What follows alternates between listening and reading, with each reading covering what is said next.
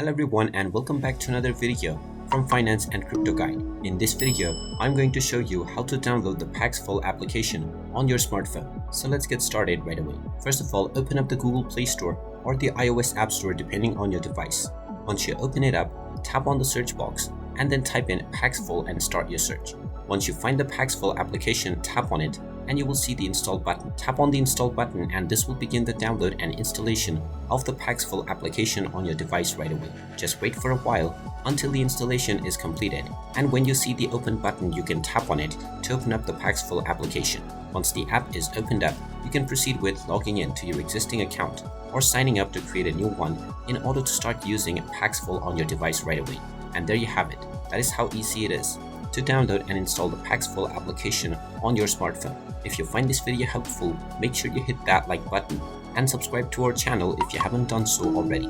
Also ring that notification bell to never miss another update from us. Thank you for watching and I will see you again in the next video.